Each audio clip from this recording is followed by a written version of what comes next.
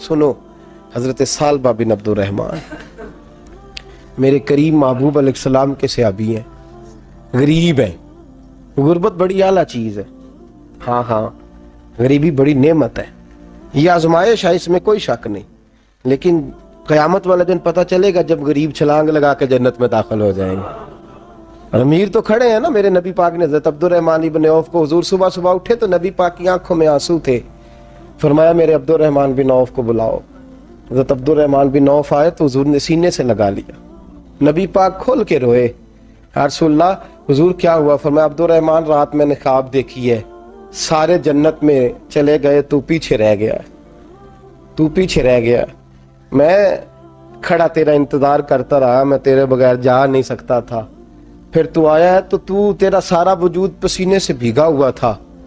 حضرت عبدالرحمن بن عوف تڑپ کے روئے، قدموں پہ سر رہا. حضور میری غلطی. فرمایا یار تیرے پاس مال بڑا ہے، تجھے حساب دیتے دیتے لیٹ ہو گئی. تیرے بیگ کھل گئے، تجھے حساب دینا پڑ گیا، تو لیٹ ہو گیا، میں پریشان ہو گیا. حضرت عبدالرحمن ابن عوف نے 100 گھوڑا مال اوپر رکھ کے حضرت عبدالرحمن نے حضور کی بارگاہ میں پیش کیا. کہا یا رسول اللہ یہ. اور پتہ ہے ایک دن کیا ہوا؟ ایک دن سرکار کے وصال ظاہری کے بعد حضرت عبدالرحمن ابن عوف نبی پاک کے گھر کے دروازے کے باہر آ کے بیٹھ گئے اور یوں سر کو پکڑا ہوا ہے، رو رہے ہیں. حضرت ام سلمہ حضور کی زوجہ باہر آئیں. کہا بیٹا عبدالرحمن کیا ہوا؟ جب پوچھا کیا ہوا تو اور کھول کے روئے. کہا کیوں روتا ہے؟ کہا اماں جی جب تک میرے محبوب حیات ظاہری میں تھے مجھے بتاتے تھے یہ مال نہ کما، یہ کم. میں حضور سے بات کرتا تھا تو حضور روک دیتے تھے. اب مجھے ظاہراً بتانے والا کوئی نہیں، مال کے ڈھیر لگ گئے ہیں. آج حساب کرنے بیٹھا ہوں تو حساب نہیں ہو رہا. سوچتا ہوں اگر میں پھنس گیا تو مجھے کون اس سے بچائے گا؟ آپ محبوب کی زوجہ ہیں، میری ماں ہے، میں آپ کے پاس آیا ہوں. اماں جی مجھے بتائیں میں کیا کروں؟ تو حضرت ام سلمہ بھی رو پڑی. کہنے لگے محبوب تھے، میں کہاں ان کی ترجمانی کر سکتی ہوں، میں نبی پاک کی ترجمانی کیسے کروں؟ کہا اماں جی خدا واسطے مجھے کوئی حکم دے دیں، مجھے لگتا ہے عبدالرحمن برباد ہو جائے گا، ہلاک ہو جائے گا، خدا رہا مجھے کچھ بتا دیں. اتنا سارا مال ہے، میں کہاں اس کا حساب دوں گا؟ مہربانی فرمائیں، یہ تجارتیں میرے گلے پڑ رہی ہیں. حضرت ام سلمہ کی جب منت کی تو فرمانے لگی جا بیٹے آدھا خیرات کر دے. کتنا؟ 2.5% نہیں، کتنے فیصد ہے؟ 50%، 50%.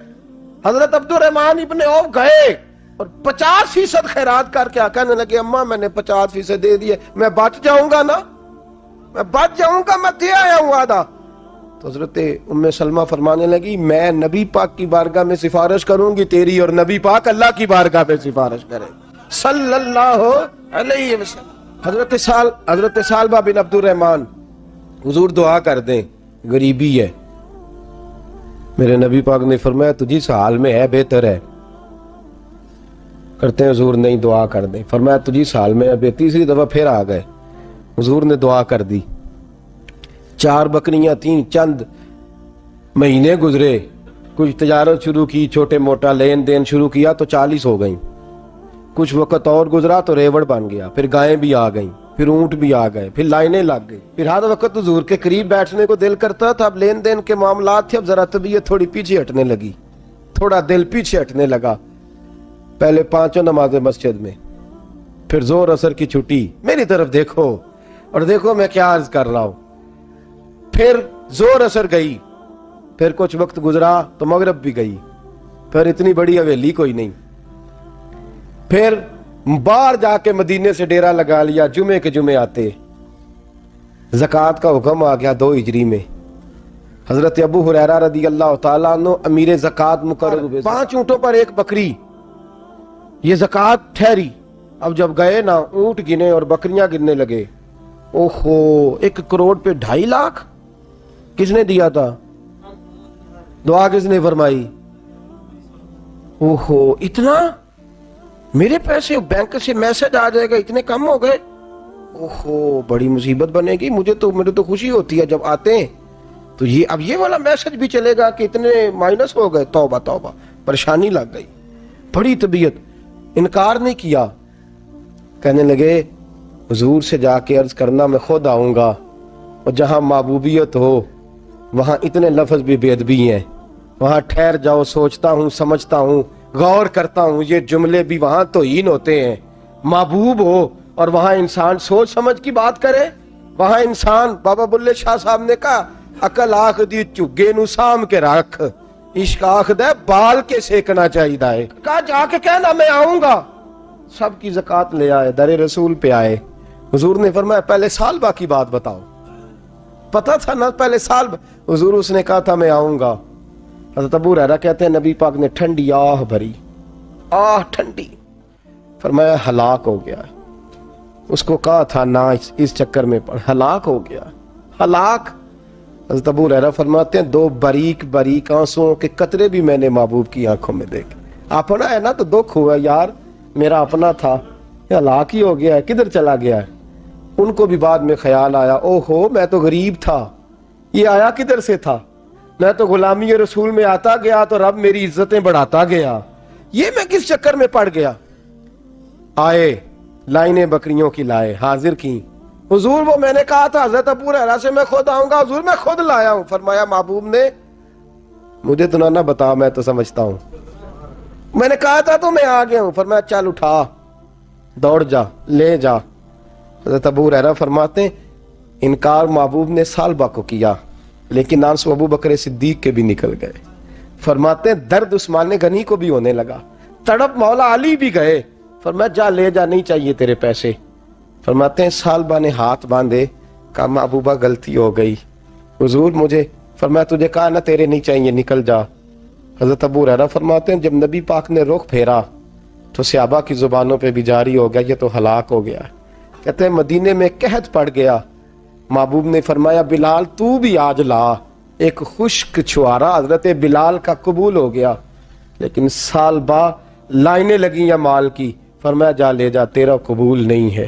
فرماتے ہیں تڑپتے رہے ساری زندگی اور مال کو دیکھ دیکھ کے آہیں بھرتے رہے، لیکن کریم نے اس تجارت کو قبول۔ حضرت ابو بکر صدیق کے پاس آئے، سرکار کے وصال، حضور قبول فرما لیں۔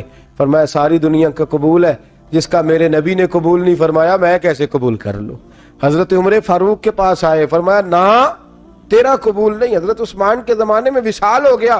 عزیز یاد رکھ، تجارت وہ والی کر جو تجھے نجات دے، اس چکر میں نہ پڑ جا جو تجھے الجھا دے، جو تجھے الجھا دے۔ قرآن مجید کی آیت آئی اقترب للناس حسابہم وہم فی غفلۃ معرضون، لوگوں کا حساب قریب آ گیا ہے اور وہ ابھی بھی غفلت میں پڑے ہیں، ابھی بھی 2 کے 4 اور 4 کے 10 کر رہے ہیں، حساب کا وقت قریب آ گیا۔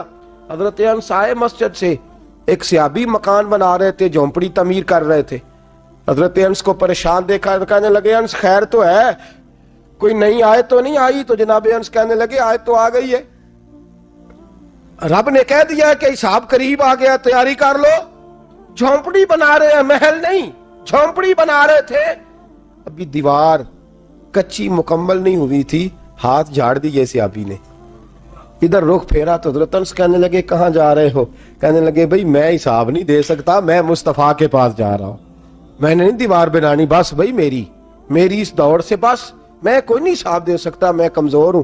میرے رسول کائنات صلی اللہ تعالی علیہ وسلم نے، میرے دوستو تجارت کرو لیکن اس کو عبادت سمجھ کے کرو۔